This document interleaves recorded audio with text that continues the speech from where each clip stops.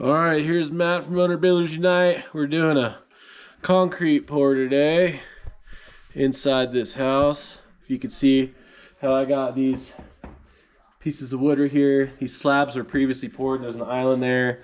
There's a slab coming here for the cabinets. Kind of a technical pour, really, because of this, and then some of the mechanical room over there that you can't see. You probably won't see in this video. But I'm gonna try and do my best to get all this on camera. It's gonna be a really tough one. I'm gonna do a time-lapse video. Just checking my site here. The concrete truck is late, so that sounds like it's gonna be good for a good day. Kind of normal, typical scenarios here in Crestone. So Owner Builders Unite, like and subscribe.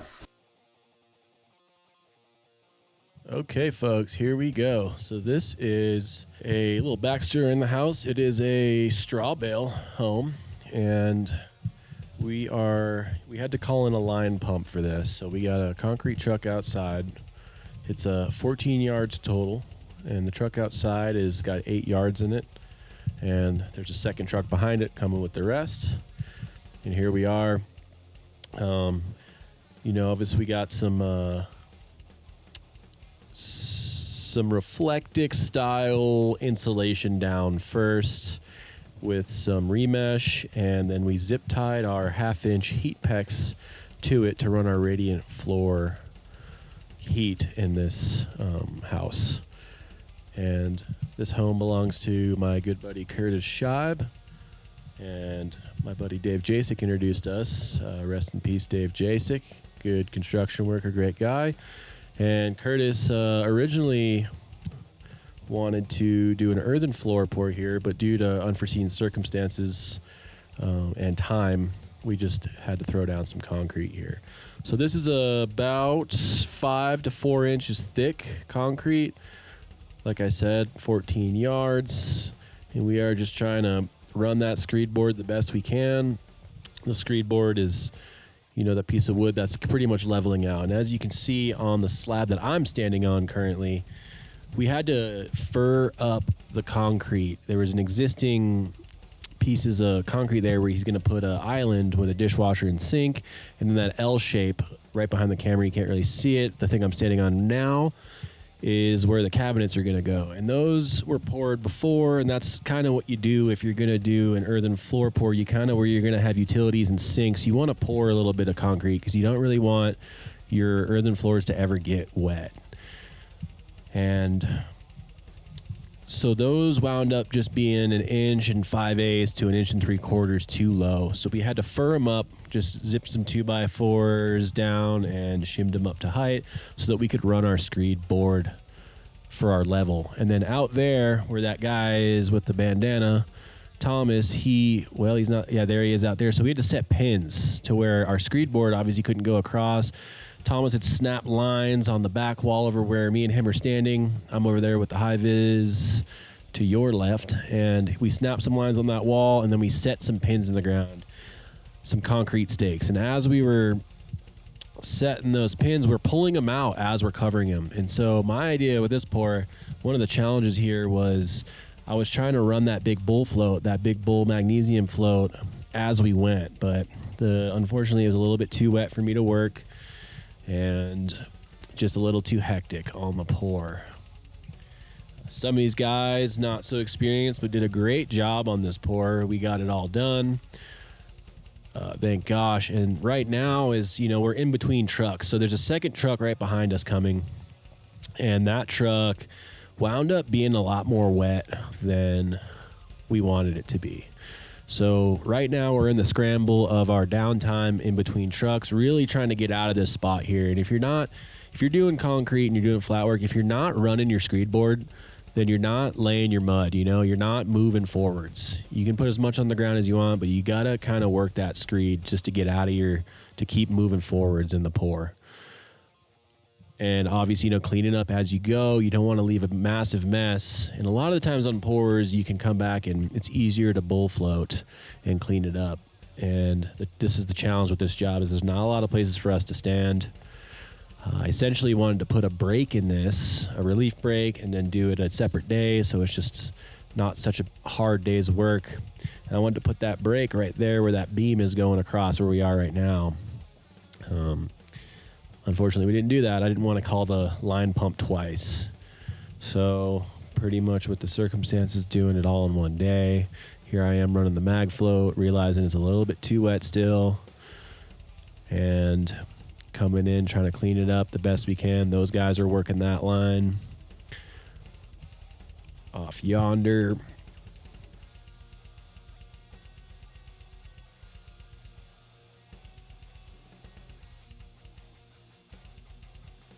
And it looks like the second truck's here. There's Kyle running his line pump. And like I said, this was a really soupy mess. There's Taylor over there by the stairs working that area. You know, you want a couple guys behind the screed board running a rake just to keep them, we call it keeping them oiled or cleaning up behind them. And, you know, you got to move mud back and forth to the screed board to make sure that you're coming off even and not leaving any dips, not having any high points, making it easier on the two guys screeding. I personally like to have two guys on a screed board and two guys at rakes behind them. That's my preferred method. Some guys use power screeds. Some guys use power trowels, but this is a pretty old school way. We're just clean and dirty, getting her done. And so really we're not all that crazy worried about our finish because this entire floor is getting tile. And that's our saving grace here.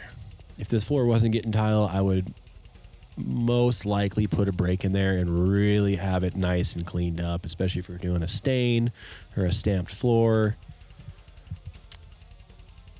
And we're making our way back out this front door.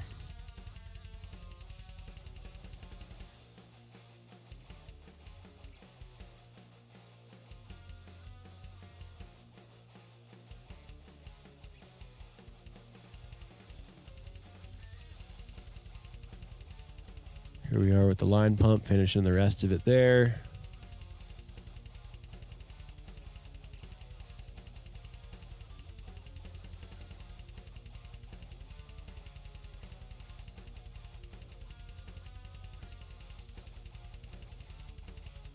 So there's Thomas out in the middle of nowhere just fixing all that up, coming out and just hand magnesium floating that because of how wet the mud was. You know, he just kind of was shaking that stuff around and making it work.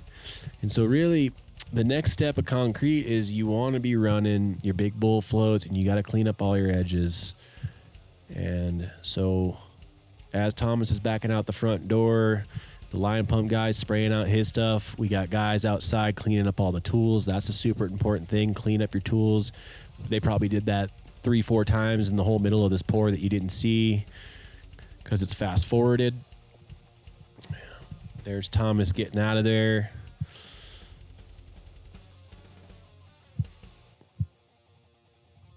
And now here's Gabrielle Gusso, the concrete goddess of Crestone. She's taught me everything I know about flat work. And she was just a saving grace. She actually just popped in randomly, and we really needed her because I am not the best at running these big bull floats.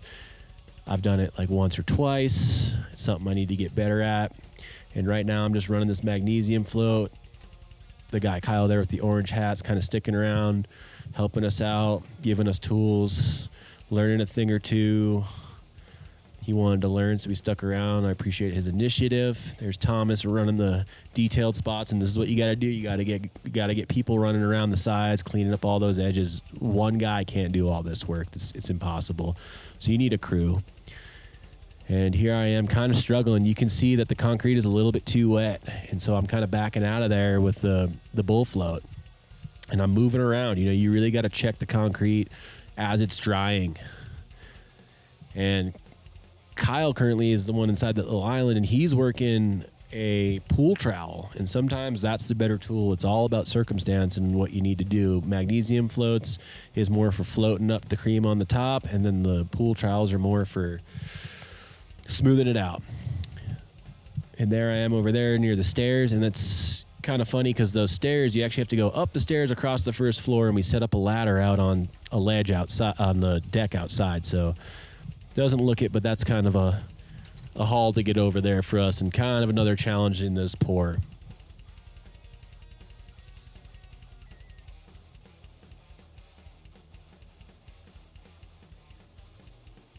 There's Thomas at the front door. He's trying out a Fresno. And so there's a different, the Fresno is pretty much like a large pool trowel, and the bull float is it is a magnesium float. So it's just larger versions. And here I go out here on some 1-inch rigid insulation. And, I kind of jumped the gun here on this. We could have waited a little bit longer. I wish I did, actually. And, I'm out there with Gabrielle, and we're both running Fresnos because that is, getting us the smoothest that we were looking for.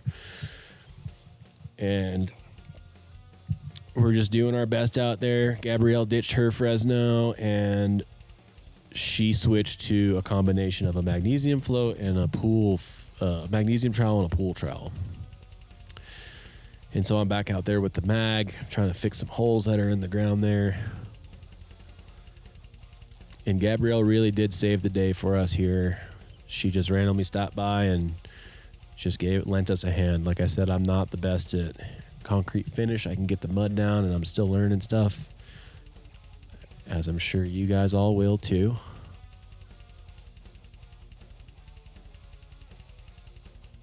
And now I'm trying to work my way back towards this sliding glass door that you see people keep coming out to our left.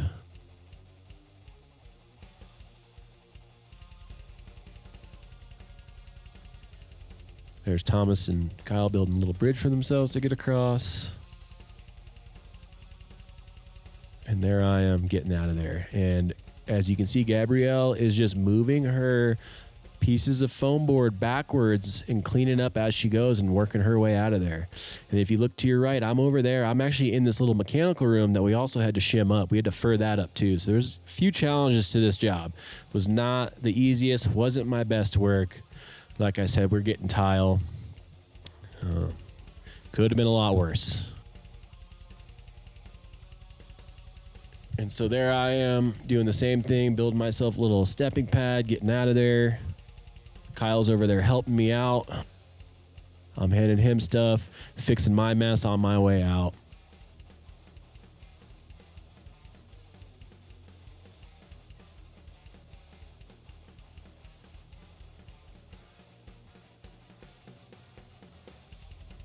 There's Thomas working a Fresno, really trying to get out there and clean it all up, smooth it all out.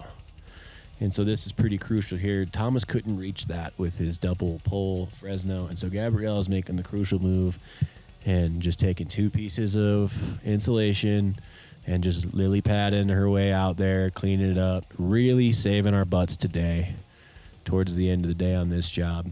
And we got in and out. We did the best we could. And yeah, I just want to thank Curtis giving us the opportunity to make this pour. I really want to thank Gabrielle and the other guys who showed up to help us that day. Happy pouring, and keep your chins up out there on your job sites, folks. Owner Builders Unite. Please like and subscribe and leave comments. See what you want for more content in the future. Appreciate you guys.